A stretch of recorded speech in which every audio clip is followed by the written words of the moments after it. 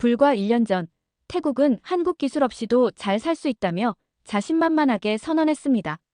하지만 시간이 흐르면서 태국 곳곳에서는 심각한 인프라 문제가 발생하기 시작했죠. 전력 불안정, 지하철 고장, 건물 붕괴 사고까지. 한국 기술의 빈자리가 뼈아프게 느껴지는 순간이었습니다. 결국 태국 정부는 비공개 회의를 열어 한국과의 관계 회복을 논의했는데요. 이 자리에서 산업부 장관이 한 발언이 외부로 새어나가 태국 국민들 사이에 충격파를 일으켰습니다. 우리가 한국을 내친 것은 역사적 실수였다. 그들의 기술 없이는 우리 사회가 제대로 기능하지 않는다. 이 인정은 태국 시민들에게 분노와 배신감을 안겼는데요. 그렇다면 그 배후에는 어떤 이야기가 있었을까요? EU에서 파견된 한 독일 여성 분석가의 시선으로 이 사태의 전말을 들여다보겠습니다. 브뤼셀에서 방콕까지 12시간 비행은 저를 완전히 지치게 했습니다. 하지만 태국 정부 관계자와의 미팅이 시작되자마자 피로는 순식간에 사라졌죠. 태국 산업부 장관 위차이 씨의 말이 제 귀를 의심하게 했으니까요. 쿠퍼 씨, 유럽연합의 우려는 이해합니다만 이제 우리는 한국 없이도 잘 돌아갑니다. 중국이 전부 다 지원해주니까요. 저는 노트북에 그의 말을 기록하며 표정을 최대한 중립적으로 유지했습니다. EU 기술협력국 소속 산업 분석가로서 감정보다는 데이터가 우선이니까요. 그렇지만 내심 의아했어요. 태국이 정말로 한국을 내쳤다고. 회의를 마치고 호텔로 돌아가는 길에 창밖으로 본 광경은 위차이 씨의 말과는 사뭇 달랐습니다. 문을 닫은 공장 앞에서 수십 명의 시민들이 피켓을 들고 시위하고 있었거든요. 통역사에게 물어보니 한국 기업 돌아오라는 내용이더군요. 제가 EU에서 요구한 보고서는 태국과 한국의 기술 협력 현황이었습니다. 그런데 이제는 왜 한국이 태국에서 철수했는가라는 질문이 더 중요해진 것 같았죠. 호텔방에 도착하자마자 노트북을 펼쳐 자료를 검색했습니다. 모든 퍼즐이 맞아떨어지는 순간이 오기 전까지는 절대 잠들 수 없을 것 같았어요. 자료를 파헤치며 밤을 새웠습니다. 정확히 1년 전 태국 내 불법 근로자 문제로 한국이 정책을 강화했다는 기록이 있었어요. 이에 대응해 태국 정부는 한국 배척 정책을 표방하며 일련의 보복성 조치를 단행했죠. 그때부터 한국 기업들이 하나둘 철수하기 시작했습니다. 여기 문제가 있네. 저는 화면을 들여다보며 중얼거렸습니다. 한국 기업과 기술진이 빠져나간 자리에 중국 기업들이 물밀듯이 들어온 흔적이 역력했어요.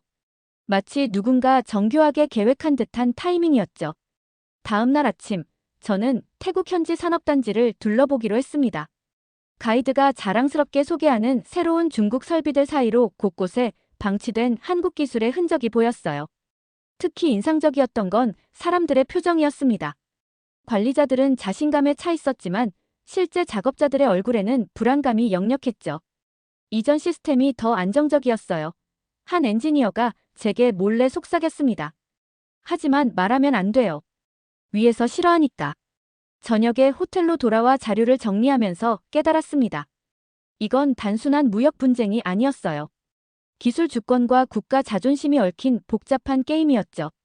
그리고 그 게임의 희생자는 결국 평범한 시민들이었습니다.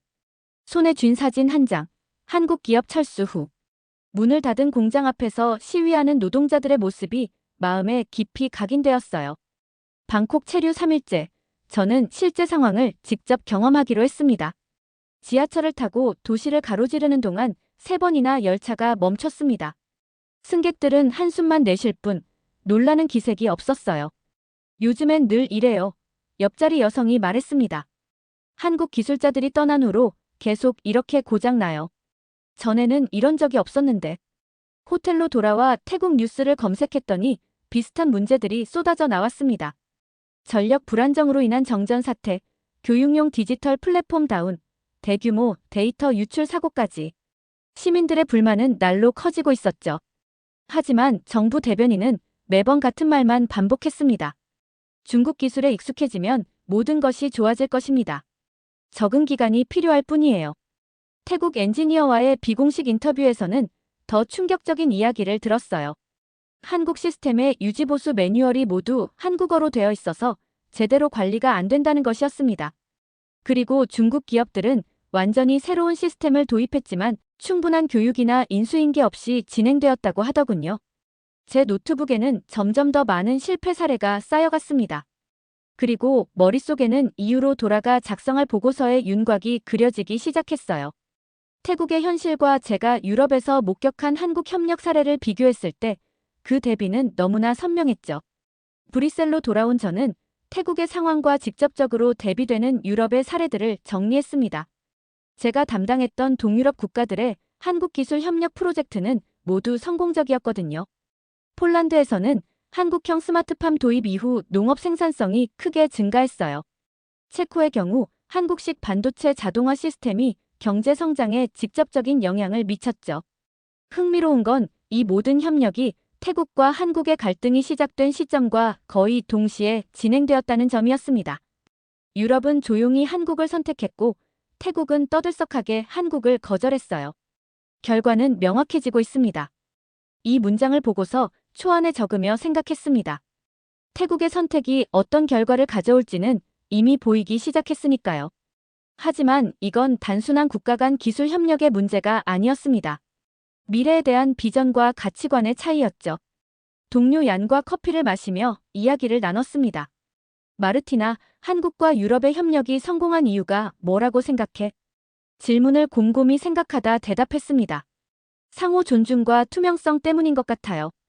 한국은 기술을 단순히 판매하지 않았어요. 함께 성장하는 방법을 제시했죠. 그날 밤 태국에서 온 뉴스 알림이 울렸습니다. 중국 기술로 지어진 대형 쇼핑몰 천장이 붕괴된 사고였어요. 사상자는 없었지만 이런 일이 계속 이어진다면 결국 누군가는 다치게 될 것이란 불안감이 들었습니다. 다음 날 아침, 더 충격적인 뉴스가 들려왔습니다. 태국의 국가 교육 플랫폼에서 대규모 개인정보 유출 사태가 발생했다는 소식이었죠. 수백만 학생과 교사의 정보가 해커들에게 노출된 상황이었습니다. 이건 예견된 사고였어. 저는 회의실에서 팀원들에게 말했어요. 한국 기업이 구축한 시스템을 충분한 준비 없이 갑자기 교체했으니까요. 회의실 화면에는 태국 방콕 거리에서 항의하는 시민들의 모습이 실시간으로 중계되고 있었습니다. 그들의 외침이 마음에 깊이 남았어요. 우린 한국 기업이 떠난 이후 모든 게 불편해졌어요. EU기술위원회에서는 이 사태를 주시하며 저에게 태국 재방문을 지시했습니다. 하지만 이번에는 단순한 실태 조사가 아니라 직접적인 대화를 위한 것이었죠. 저는 태국 정부 관계자들과의 미팅을 준비하며 강력한 메시지를 전달할 준비를 했어요. 비행기에서 윈도우 밖 구름을 바라보며 생각했습니다. 국가 간 기술 협력은 단순한 계약이 아니라 신뢰를 기반으로 한 관계라는 것을요. 태국은 불과 1년 만에 그 값비싼 교훈을 배우고 있었죠. 방콕에 도착했을 때 공항의 분위기조차 달라져 있었어요. 예전의 활기찬 모습은 온데간데 없고 곳곳에서 불편함이 느껴졌습니다. 입국장 전광판은 먹통이 되어 있었고 자동 출입국 시스템도 절반만 작동하고 있었죠. 이곳이 정말 1년 전에 제가 방문했던 그 효율적인 도시인지 의심스러울 정도였습니다. 태국 산업부 건물 안으로 들어서며 깊은 숨을 들이마셨습니다. 이번엔 위차이 장관뿐만 아니라 외교부 고위 관계자들까지 참석한 대규모 미팅이었죠. 그만큼 상황이 심각해졌다는 뜻이겠죠. 쿠퍼 씨, 다시 뵙게 되어 반갑습니다. 위차이 장관이 예전보다 훨씬 덜 확신에 찬 목소리로 말했습니다. 이후의 우려사항을 듣고 싶습니다. 저는 노트북을 열고 준비해온 데이터를 보여주었습니다. 한국 기업 철수 이후 발생한 모든 사고와 문제점, 그리고 시민들의 불만을 정리한 자료였어요. 마지막 슬라이드에는 유럽과 한국의 성공적인 협력 사례를 대비해서 보여주었죠. 당신들은 한국을 내쫓은 대가를 1년 만에 보고 있습니다. 그런데 이건 시작에 불과해요. 제가 단호하게 말했습니다. 방 안에 침묵이 흘렀어요. 그들의 표정에서 인정과 당혹감이 동시에 읽혔습니다. 결국 외교부 차관이 입을 열었죠. 쿠퍼 씨, 솔직히 말씀드리자면 지금이라도 한국과 다시 협력할 수 있을까요? 그 질문에서 저는 진심을 느꼈습니다. 하지만 동시에 너무 늦었다는 생각도 들었어요. 한국은 이미 유럽과 중동, 아프리카로 방향을 돌렸으니까요. 태국이 자존심을 내세워 문을 닫았던 그 시간 동안 세계의 다른 국가들은 한국을 환영하고 있었습니다. 노력해볼 수는 있겠죠.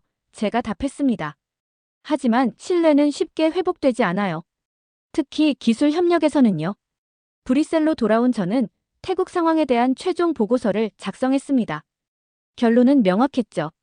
한국은 우리에게 없어선 안 될 전략 파트너입니다. 그들의 기술과 우리의 인프라가 만날 때 최상의 결과가 나옵니다. 회의실에서 저의 보고서는 진지하게 검토되었어요. 동시에 뉴스에서는 한국과 유럽 국가들 사이의 새로운 협력 소식이 연이어 보도되고 있었습니다.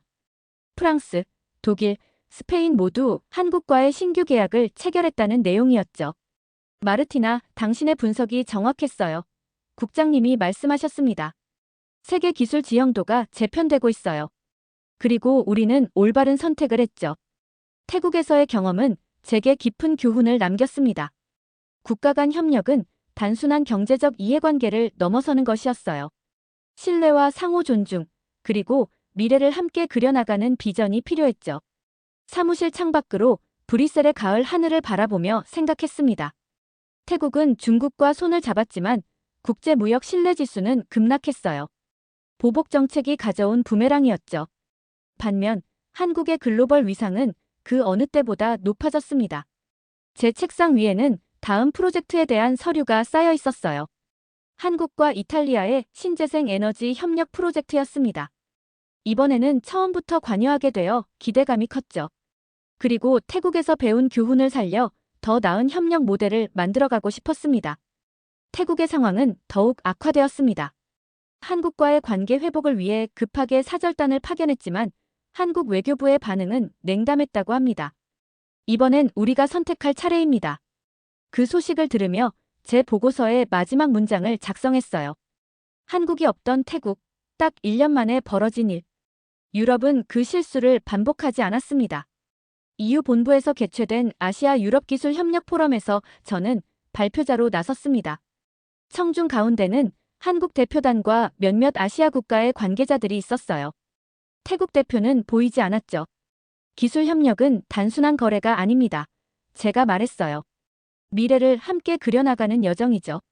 그리고 그 여정에는 서로에 대한 존중과 신뢰가 필수적입니다. 발표를 마치고 한국 대표단과 대화를 나누며 깨달았습니다. 그들은 태국의 선택을 원망하지 않았어요. 오히려 새로운 기회를 찾아 전진하고 있었죠. 진짜 실력은 시끄러운 선동이 아닌 조용한 결과로 증명된다는 것을요. 1년이 지난 지금 태국의 사례는 국제관계 교과서에 등장하는 사례 연구가 되었습니다. 어떻게 신뢰를 잃고 기회를 놓칠 수 있는가라는 제목의 장이었죠. 제 사무실 벽에는 2장의 사진이 나란히 걸려 있습니다. 하나는 태국 방콕에 멈춰선 지하철 앞에서 불편함을 호소하는 시민들의 모습이고, 다른 하나는 폴란드의 한국형 스마트팜에서 풍성한 수확을 기뻐하는 농부들의 모습이에요. 이 두 사진이 제게 매일 말해주는 진실이 있습니다.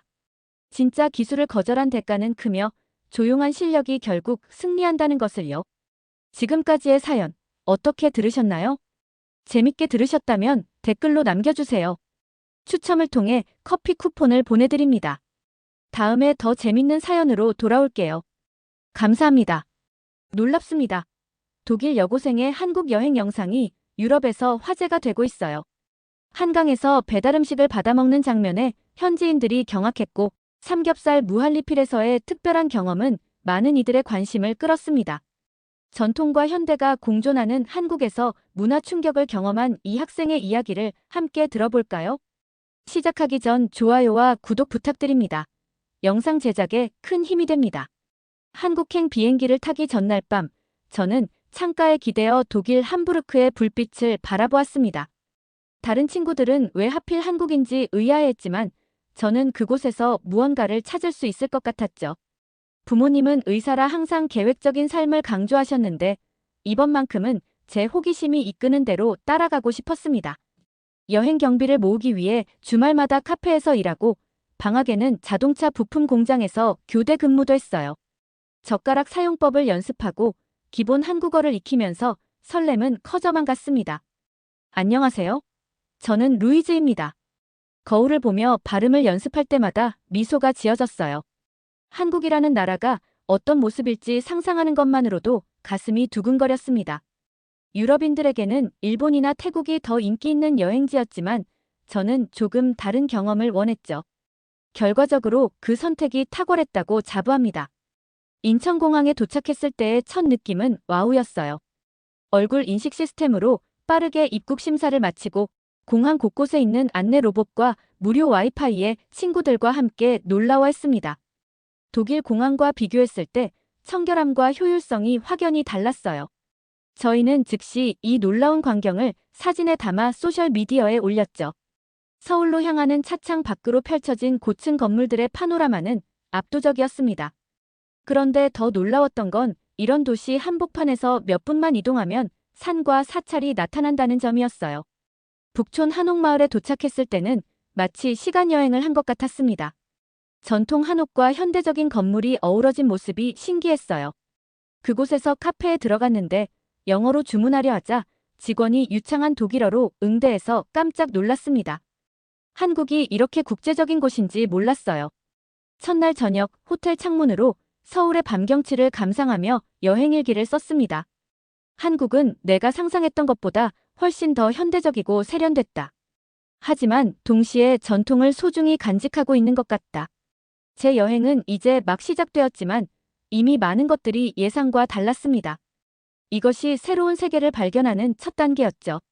둘째 날, 저는 일찍 일어나 서울의 아침을 맞이했습니다. 호텔 창문으로 보이는 도시의 풍경이 햇살 아래 생기를 띄었어요. 오늘은 홍대 지역을 방문하기로 했죠. 가이드가 말하길 홍대는 홍익대학교 근처 지역으로 젊음과 예술의 거리로 유명하다고 했습니다. 홍대 거리를 걸으며 한국 젊은이들의 패션을 관찰했어요. 독일과는 확연히 다른 스타일이었습니다. 더 화려하고 과감했죠. 거리 곳곳에서 음악이 울려 퍼졌고 스트리트 뮤지션들의 공연이 발길을 붙잡았어요. 한 젊은 가수가 기타를 치며 부르는 노래에 저도 모르게 발을 구르고 있었습니다. 비록 가사는 이해할 수 없었지만 음악의 감성은 국경을 넘어 전해지더군요. 루이즈, 저기 봐. 고양이 카페래. 제 친구 소피아가 외쳤습니다. 독일에서는 상상도 못할 경험이었죠. 커피를 마시면서 고양이들과 놀 수 있다니 정말 독특했어요. 카페 안으로 들어가자 적어도 10마리의 고양이가 편안하게 쿠션과 선반 위에서 휴식을 취하고 있었습니다. 아메리카노를 주문한 후 가장 가까운 고양이에게 다가갔어요. 처음에는 어색했지만 곧 그들의 부드러운 털을 쓰다듬으며 즐거운 시간을 보냈습니다. 점심에는 명동으로 향했어요. 쇼핑의 천국이라는 명동은 기대 이상이었습니다. 특히 화장품 가게들이 즐비했고 직원들은 친절하게 제품을 시연해 주었어요. 손등에 발라보세요. 어떠세요? 라며 다가오는 직원들의 적극적인 서비스 문화에 처음에는 당황했지만 곧 그들의 친절함에 마음을 열게 되었습니다. 독일의 상점들은 대개 고객이 먼저 물어보기 전에는 접근하지 않는 편인데 이런 문화적 차이가 흥미로웠어요. 오후에는 경복궁을 방문했습니다. 입구에서 한복을 대여할 수 있다고 해서 친구들과 함께 고르기 시작했어요. 형형색색의 아름다운 한복들 중에서 고르는 것이 쉽지 않았습니다. 결국 분홍색과 하늘색이 어우러진 여성 한복을 선택했어요. 한복을 입고 궁궐 안으로 들어서는 순간 마치 시간 여행을 하는 기분이었습니다. 진짜 이걸 입고 걸어도 되는 거야? 처음에는 낯설었지만 점점 그 아름다움에 빠져들었어요. 경복궁의 웅장한 건축물과 아름다운 정원을 배경으로 수많은 사진을 찍었습니다. 현지 학생들이 영어로 가이드를 해주었는데 저희와 동갑인 17살이라고 해서 더 놀라웠어요. 한국 역사에 대한 지식이 풍부하고 영어도 유창해서 정말 대단하다고 느꼈습니다. 하루를 마무리하며 편의점에 들러 삼각김밥을 사 먹었어요. 작은 편의점 안에 전자레인지까지 제공하는 서비스에 또 한 번 놀랐습니다. 저는 이런 작은 문화적 차이들이 모여 한국만의 독특한 매력을 만든다는 것을 깨닫기 시작했어요. 셋째 날은 한국 음식 문화를 깊이 체험하는 날이었습니다. 아침 일찍 김밥 만들기 체험 프로그램에 참여했어요. 진행자는 친절하게 재료들을 설명해 주셨죠. 밥, 김, 단무지, 계란, 당근, 시금치 등이 정갈하게 놓여 있었습니다. 김밥이 일본의 스시와 닮았지만 전혀 다른 음식이라는 설명을 들으며 호기심이 증폭되었어요. 김밥은 스시와 달리 식초를 넣지 않아요. 대신 참기름과 소금으로 밥에 간을 합니다. 진행자의 말을 듣고 독일의 롤 샌드위치와 비교해 보았습니다. 비슷하면서도 다른 점이 많았어요. 김밥 한 줄을 완성했을 때 뿌듯함이 밀려왔습니다. 제가 직접 만든 김밥을 베어 물자 고소한 참기름 향과 아삭한 채소의 식감이 어우러져 신선한 맛이 느껴졌어요. 오후에는 한강공원으로 향했습니다. 날씨가 화창해서 많은 사람들이 돗자리를 펴고 앉아 있었어요. 저희도 자리를 잡고 앉았는데 가이드가 놀라운 제안을 했습니다. 여기서 치킨을 시켜 먹어볼까요? 처음에 저는 그 말을 이해하지 못했어요. 공원에서 어떻게 음식을 배달시킨다는 건지 믿기지 않았습니다. 가이드는 스마트폰으로 배달 앱을 열고 주문을 시작했어요. 배달 주소는 한강공원 여의도 지구 가벼운 다리 근처라고 적으면 됩니다. 정말 그런 주소로 음식이 올까 의심스러웠지만 약 30분 후 배달원이 치킨을 들고 나타났습니다. 치킨과 함께 콜라, 무절임, 그리고 심지어 일회용 장갑까지 챙겨주는 세심함에 감동했어요.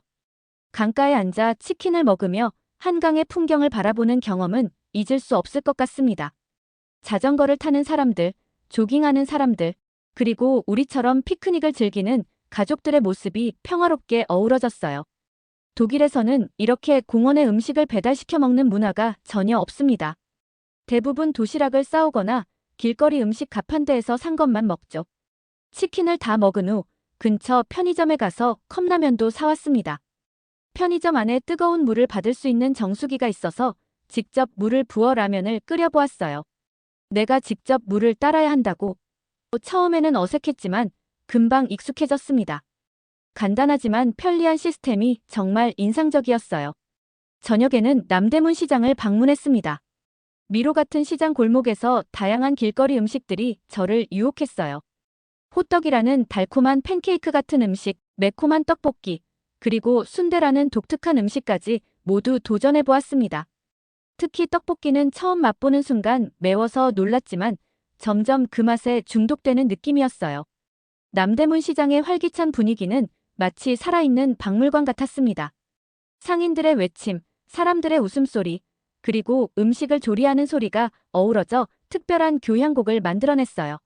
소피아는 시장에서 찾은 항아리 모양의 작은 장식품을 사며 기뻐했고 저는 전통차 세트를 구입했습니다. 이날의 경험은 한국 음식이 단순한 맛 이상의 문화라는 것을 깨닫게 해주었어요. 넷째 날은 한국의 대중교통과 도시 시스템을 경험하는 날이었습니다. 아침 일찍 지하철역으로 향했어요. 티머니라는 교통카드를 구입하는데 한 장의 카드로 지하철과 버스를 모두 이용할 수 있다고 해서 놀랐습니다. 독일에서는 지역마다 다른 티켓 시스템을 사용해서 여행자에게 꽤 혼란스러운 편이죠. 지하철 탑승 전 가장 먼저 눈에 띈 것은 역의 청결함이었어요. 바닥은 반짝반짝 빛났고 쓰레기 하나 보이지 않았습니다.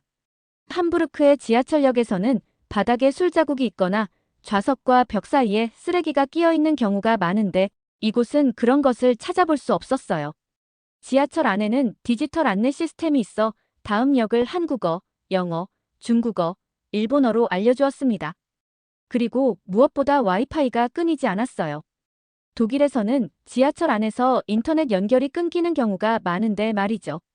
이런 작은 차이들이 도시 생활의 질을 크게 향상시킨다는 생각이 들었습니다. 명동에 도착해서 쇼핑몰을 둘러보다가 화장실이 필요해졌어요.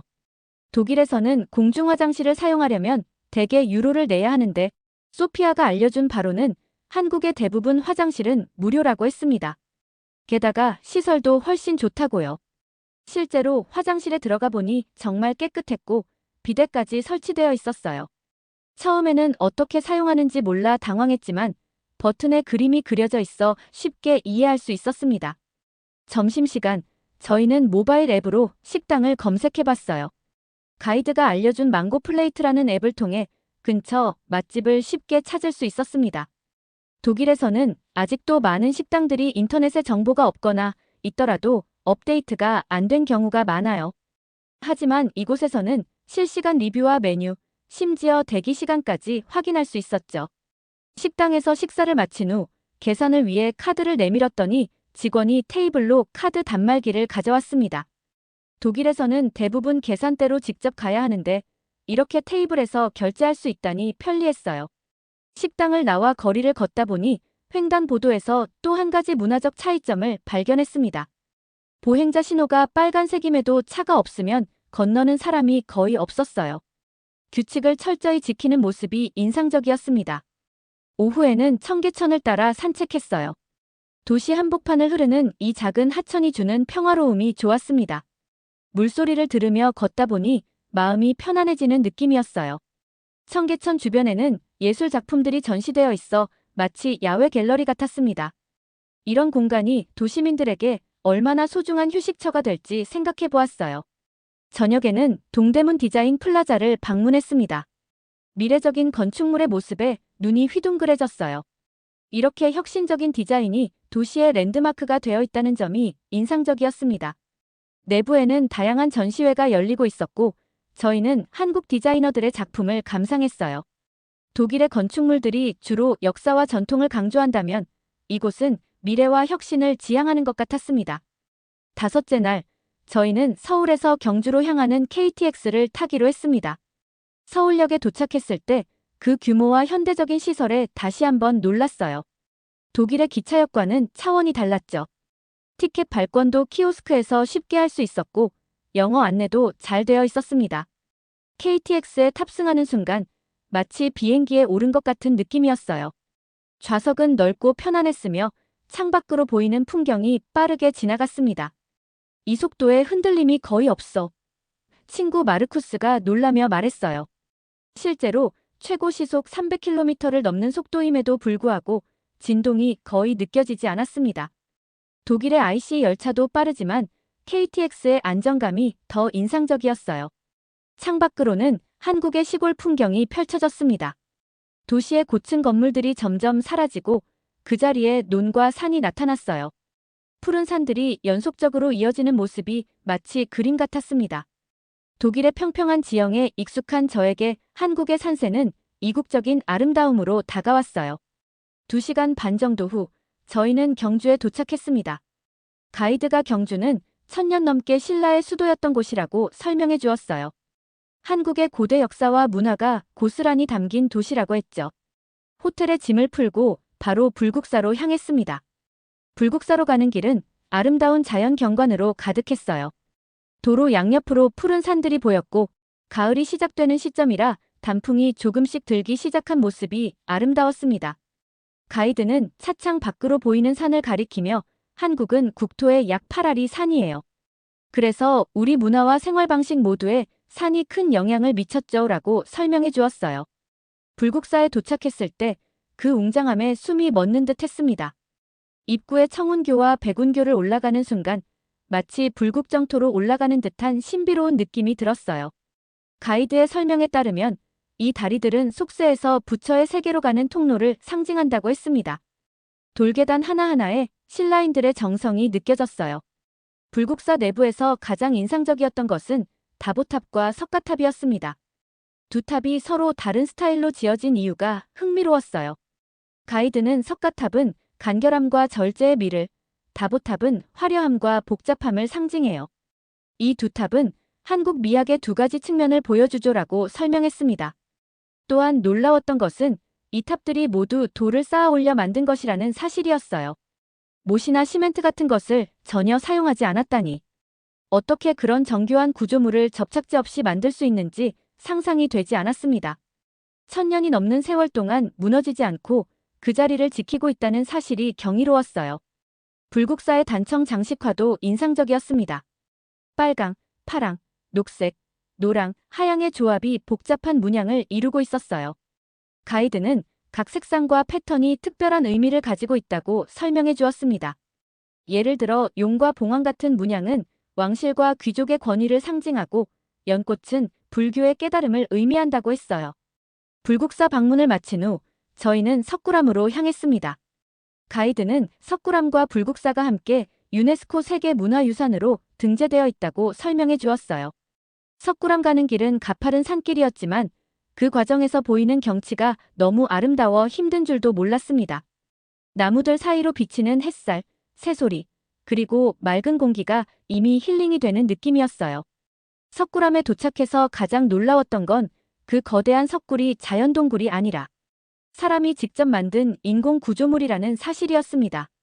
8세기에 어떻게 이런 정교한 건축물을 만들 수 있었는지 정말 경이로웠어요.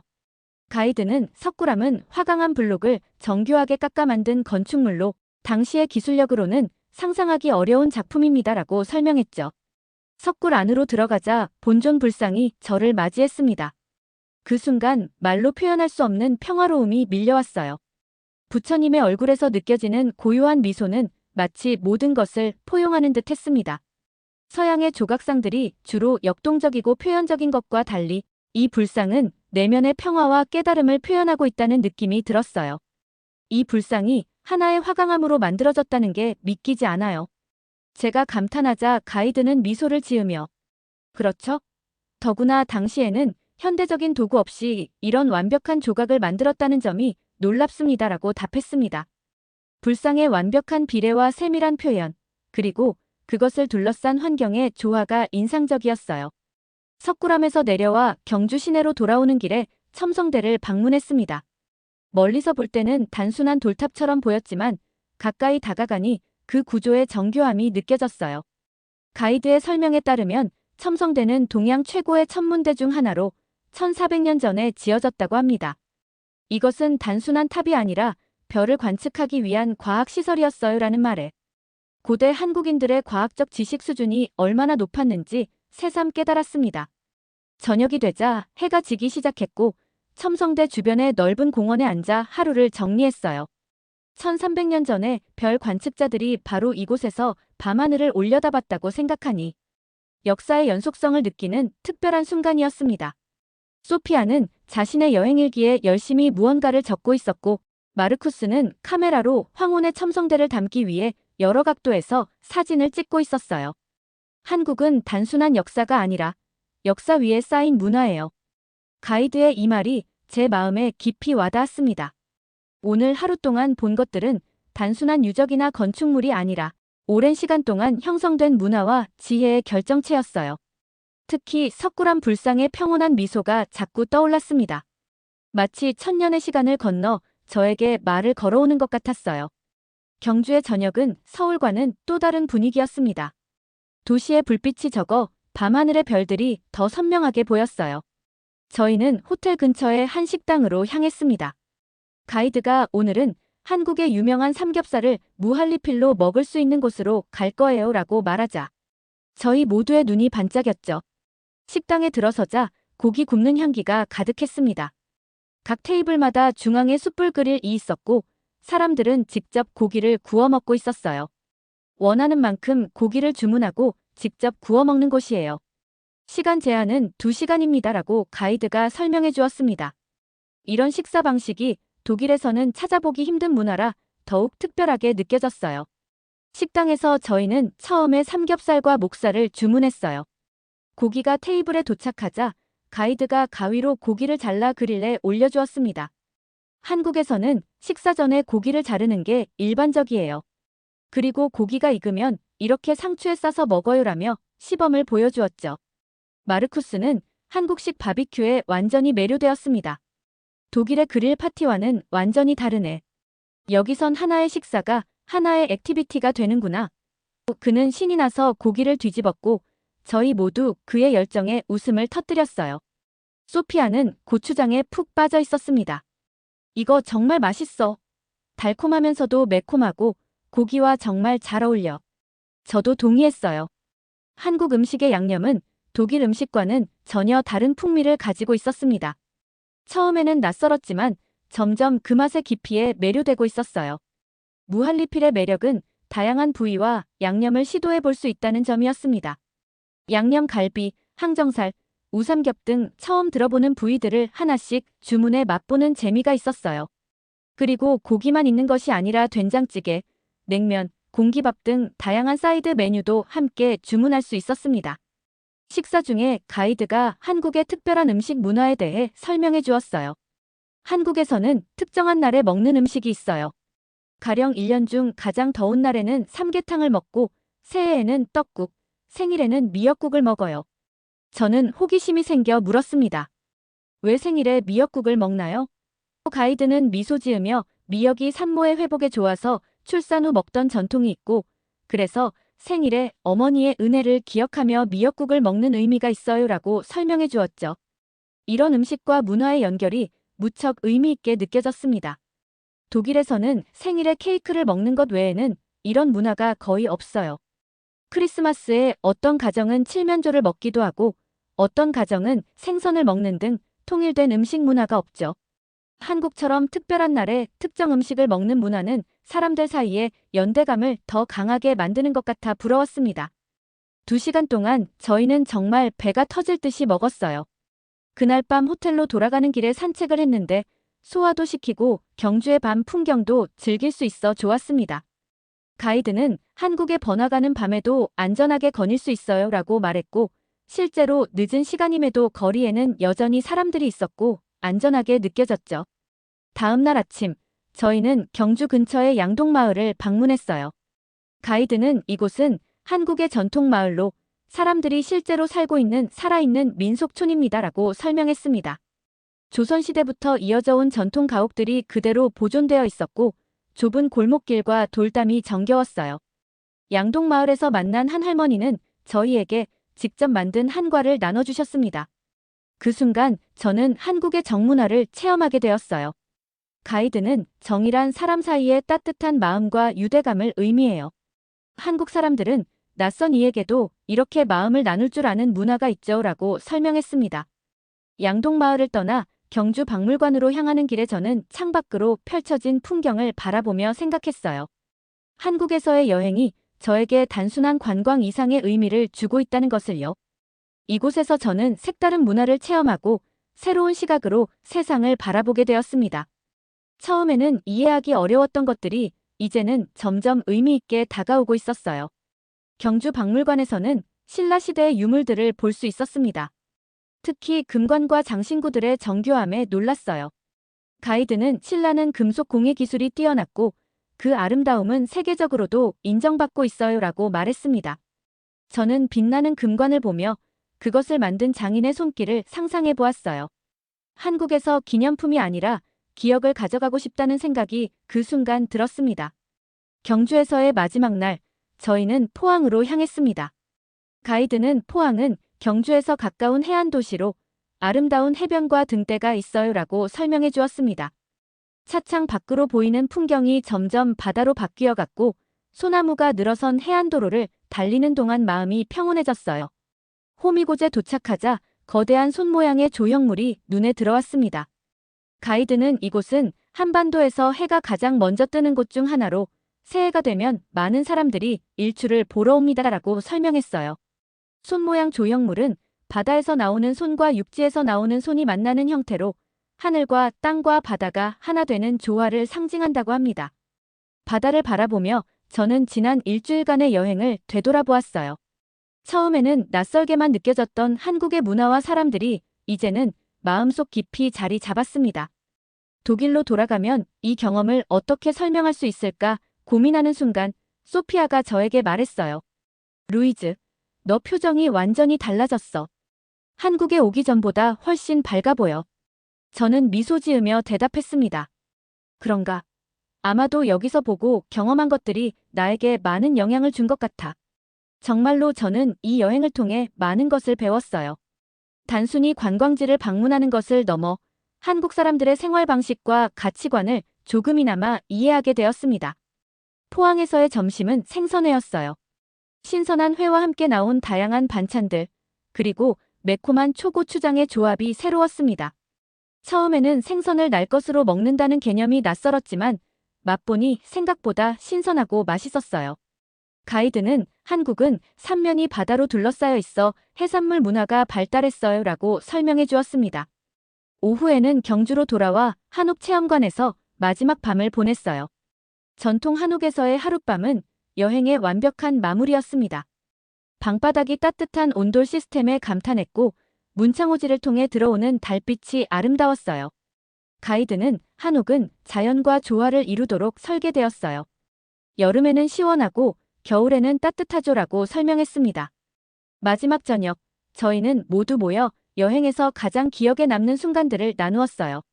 마르쿠스는 삼겹살 무할리피를, 소피아는 한복 체험을 꼽았습니다. 제게는 석굴암의 불상과 그곳에서 느꼈던 평화로움이 가장 인상적이었어요. 저희 모두 한국에서의 경험이 기대 이상이었다는데 동의했습니다. 다음 날 아침, 인천공항으로 돌아가는 KTX에 몸을 실었어요. 창밖으로 지나가는 한국의 풍경을 바라보며 저는 속으로 다짐했습니다. 나는 이곳을 다시 올 거야. 이번 여행은 끝이 아니라 새로운 시작이었어요. 졸업 후 교환학생으로 한국에 다시 오기로 마음먹었습니다. 비행기를 타기 전 저는 한국에서의 마지막 순간을 소중히 여기고 싶었어요. 공항 카페에서 마지막으로 달콤한 한국 디저트를 즐기며 지난 일주일간의 경험을 정리했습니다. 소셜미디어에 한국 여행 사진을 올리자 독일 친구들의 관심과 질문 댓글이 쏟아졌어요. 마치 제가 한국의 작은 홍보대사가 된 것 같은 느낌이었습니다. 비행기에 오르며 마지막으로 한국 땅을 돌아보았어요.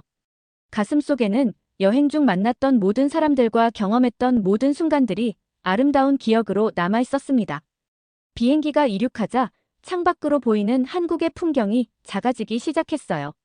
하지만 제 마음속에는 이 나라가 더욱 크게 자리 잡고 있었습니다. 독일로 돌아가는 길에 저는 부모님에게 보낼 메시지를 작성했어요. 한국에서 배운 것들을 하나씩 설명해주고 싶어요. 이곳은 단순한 여행지가 아니었어요. 제가 다시 돌아오고 싶은 또 다른 저의 세계였어요. 전송 버튼을 누르며 미소 지었습니다. 한국은 제게 전통과 현대가 조화롭게 어우러진 문화, 놀라운 기술력, 맛있는 음식, 그리고 친절한 사람들을 선물해 주었어요. 무엇보다 다른 문화를 이해하고 존중하는 마음을 키워주었습니다. 이제 저는 더 넓은 세계를 바라볼 수 있는 눈을 가지게 되었어요. 한국에서의 경험은 제 인생의 소중한 페이지가 되었고, 앞으로 저를 이끌어갈 나침반이 될 것입니다.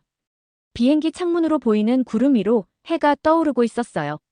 새로운 하루가 시작되고 새로운 여정이 기다리고 있었습니다. 저는 여행 일기의 마지막 페이지에 이렇게 적었어요. 한국은 단순한 관광지가 아니다. 그곳은 나를 또 다른 세계로 이끌어준 다시 돌아오고 싶은 배움의 장소였다. 루이즈의 한국 수학여행 이야기가 모두 마무리되었습니다. 어떠셨나요? 독일 소녀가 한국에서 경험한 전통과 현대의 만남, 그리고 그 과정에서 성장하는 모습을 통해 한국의 매력이 잘 전달되었기를 바랍니다. 재밌게 들으셨다면 댓글로 남겨주세요. 추첨을 통해 커피 쿠폰을 보내드립니다. 다음에 더 재밌는 사연으로 돌아올게요. 감사합니다.